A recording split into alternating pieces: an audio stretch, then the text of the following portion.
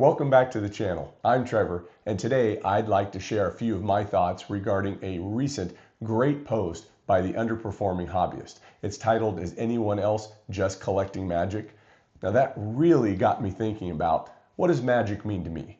How about the evolution of magic and where it is in my life today?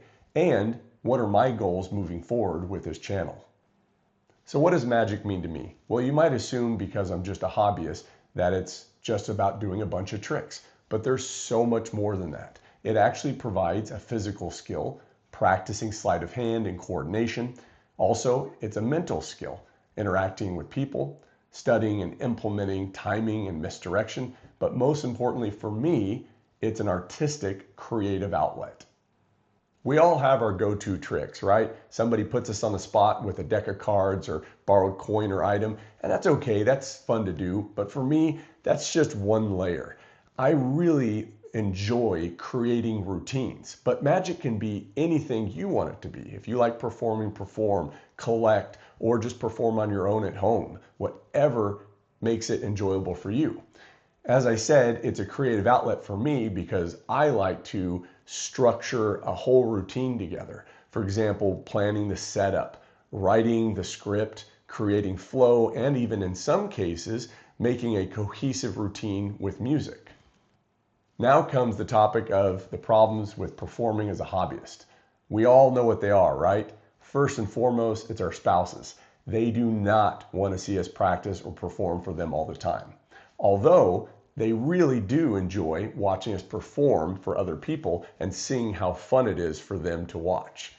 Now, we're all performing as hobbyists for friends and family, and the issue with that is we only have limited time to do that. And I personally don't want to spend all that time with them cramming magic down their throat. So it does limit how often we get to perform in the real world. Collecting magic over the years. I'll be showing some video of some things I'm not really proud of. All the stuff I've collected and still haven't opened till today because I'm so overwhelmed with the latest, the greatest, or I'm going back to do something I really loved, but I purchased this because I really want to get to it. There's just not enough time, right? So originally, I became strongly involved in magic in the mid-90s. And we would be purchasing pamphlets, books, followed by DVDs. And then later in the years, 2000, we started getting instant downloads. We always would purchase physical products or utility devices. But the problem was, back then, before the year 2001, there were not a lot of reviews, if any. And we were just guessing at buying stuff and wasting a lot of our money. We all know that a lot of that stuff was just utter crap. And it didn't even go into our bottom drawer. It went straight to the trash can. But what's great about magic is how it keeps evolving. And in the year 2001, followed by 2002, the Magic Cafe and then Penguin Magic made their presence online. This is where, for the first time, magicians could do peer-to-peer reviews. They could review and discuss all the tricks and what they thought about it. Now this was great for magic because for the first time we had an idea of, hey, were there clothing restrictions? Were there lighting or setting issues? And did we need to be sitting or standing?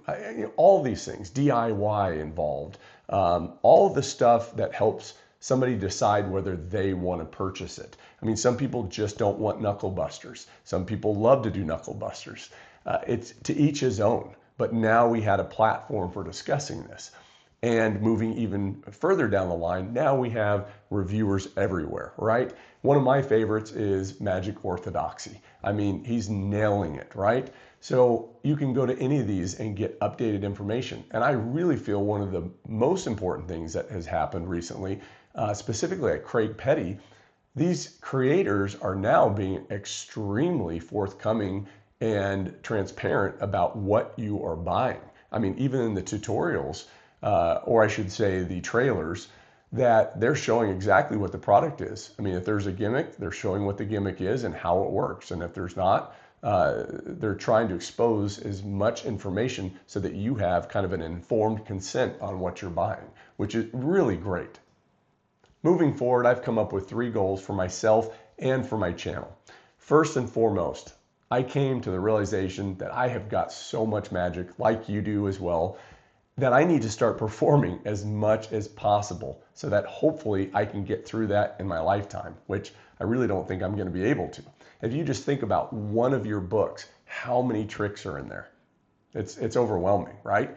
So whether that's performing in real life, which I'm going to try as much as possible, but I'm also going to attempt to video as much of my magic as possible and share it with the community so that you can watch it and enjoy it. The second goal that I have is I'm going to do some reviews, but I don't want to be necessarily a reviewer. I just think it's something I need to do to give back. I have so much magic and a lot of the oldies but goodies. I want to share those because there's not a lot of reviews on those, and things that I really feel passionate about or that are great tricks, especially from a hobbyist point of view, I want to give those reviews out to everybody else. There's always the latest and the greatest, which I think is covered. Everybody's doing that. And again, I don't want to make it a review channel, just one of my goals. And the third thing, I want to spark more conversations like this so that as a community, the magicians can have good conversations. So in final thoughts, I'm going to try to perform as much magic as possible and share it with you. And I hope you guys all enjoy it. And if you have any thoughts, leave them in the comments. I'd love to discuss them, any questions you have. And also, I do want to give a special thanks to the underperforming hobbyist for even sparking this conversation that we're having. I mean, this really got me thinking a lot. And as always, I hope you enjoyed watching the channel, and I'll see you next time on the Limitless Project.